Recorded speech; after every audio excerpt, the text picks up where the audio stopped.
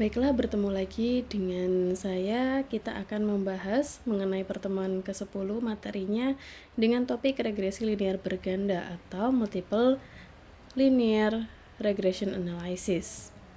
Ya, di outline-nya kita akan mempelajari mengenai model regresi, lalu estimasi parameter, uji signifikansi parameter, koefisien determinasi, dan asumsi. Nah, sebelumnya, apa itu MRA atau Multiple Regression Analysis? Adalah method for studying the relationship between a dependent variable and two or more independent variables.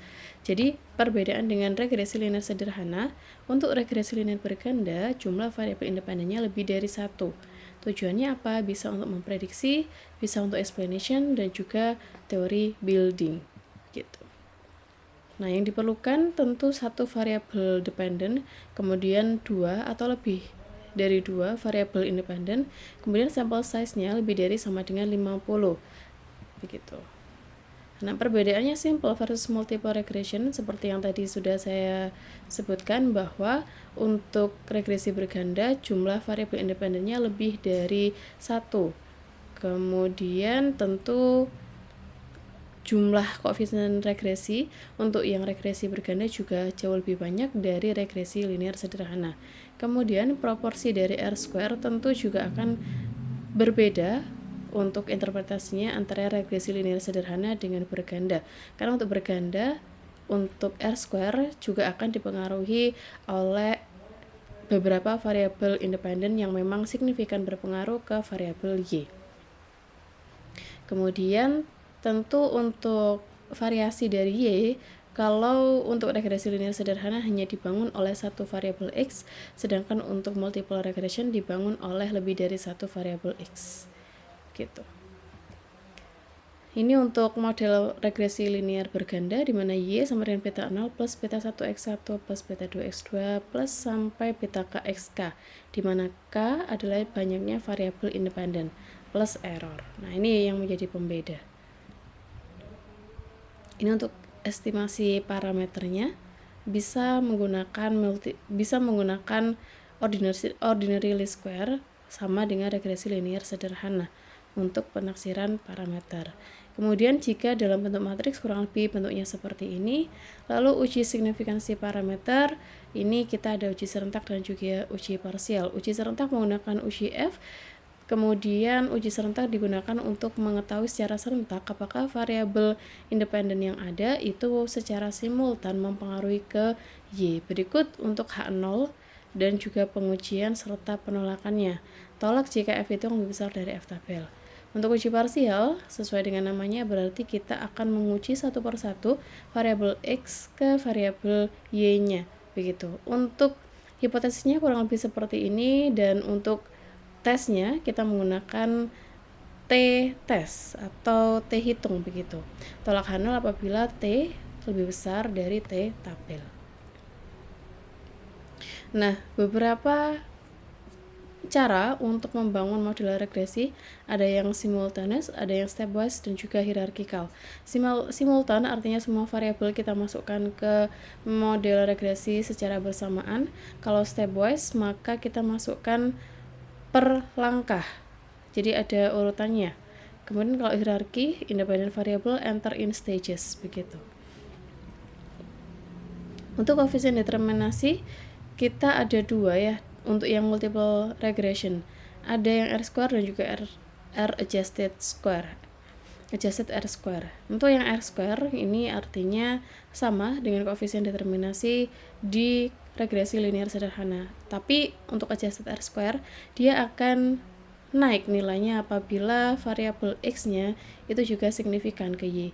Akan tetapi sebaliknya, jika variabel X yang masuk ke model tidak signifikan ke Y, maka nilai adjusted R-score-nya juga akan turun.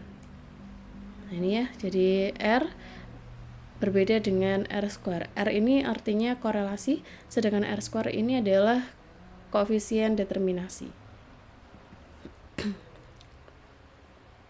Ini untuk penjelasan variasi. Total variation in Y, kemudian predictable variation by the combination of independent variables, unpredictable variation.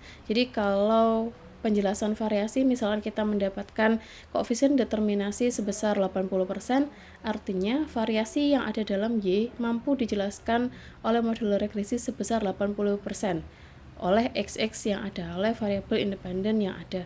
Sedangkan 20% yang lain maka dijelaskan oleh faktor lain atau variabel independen atau variabel X yang lain yang dia tidak masuk dalam model regresi.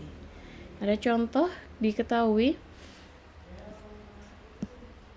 promosi di dalam toko dengan tampilan antasida yang ditampilkan secara mencolok di supermarket. Perusahaan menjalankan iklan radio dan televisi selama 10 minggu. Perusahaan melacak pengeluarannya untuk iklan radio dan televisi. X1 untuk pengeluaran di toko, X2 maksud saya X1 untuk iklan di radio televisi, X2 untuk di toko. Penjualan dihasilkan setiap minggu di area delta dicatat sebagai variabel dependen Y. Ini untuk modelnya dan ini untuk hasil hitungannya. Didapatkan persamaan regresinya Y topi sama dengan 47,16 plus 1,59 X1 plus 1,14 X2. Nah, dilakukan uji serentak berikut H0 H1-nya, kemudian F hitung didapatkan 86,34 dengan p-value 0. Nah, karena F tabel 9,55 artinya tolak H0, artinya minimal ada satu variabel X yang berpengaruh ke Y. Nah, untuk tahu lebih lanjut kita lanjutkan dengan uji parsial berikut hipotesisnya dan T hitung serta p-value. Jika dilihat bahwa p-value-nya 0,001 dan 0,007, kalau dibandingkan dengan nilai alfa maka kesimpulannya tolak H0 ya.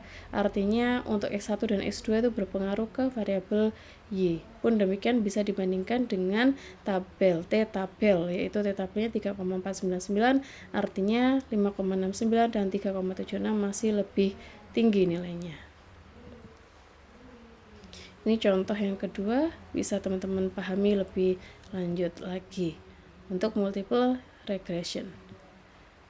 Nah, yang perlu diperjelas adalah di sini saya langsung ke contoh yang tadi. Nah, yang perlu dilihat adalah di sini ada R-square 96,1%. Artinya 96,1% variasi dari model regresi itu memang sudah bisa dijelaskan gitu ya dari variabel independen X yang ada. Kemudian adjusted R-square-nya 95%. Artinya 95% untuk variabel independen X memang mampu menjelaskan variasi di regresinya, begitu.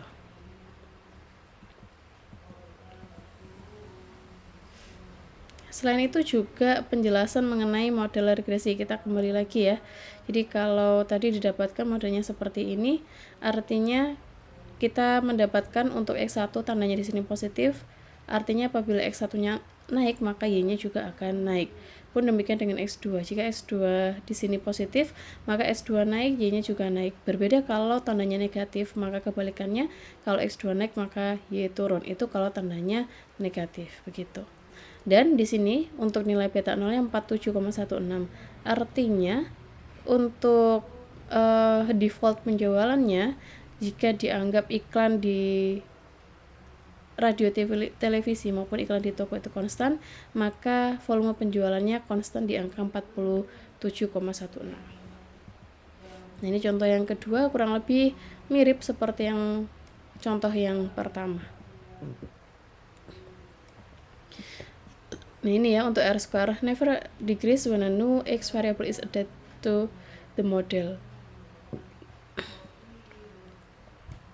Kemudian asumsi untuk komponen error. Jadi yang kita cek adalah error regressionnya. Jadi harus memenuhi independensi error, lalu variasi konstan, distribusi normal.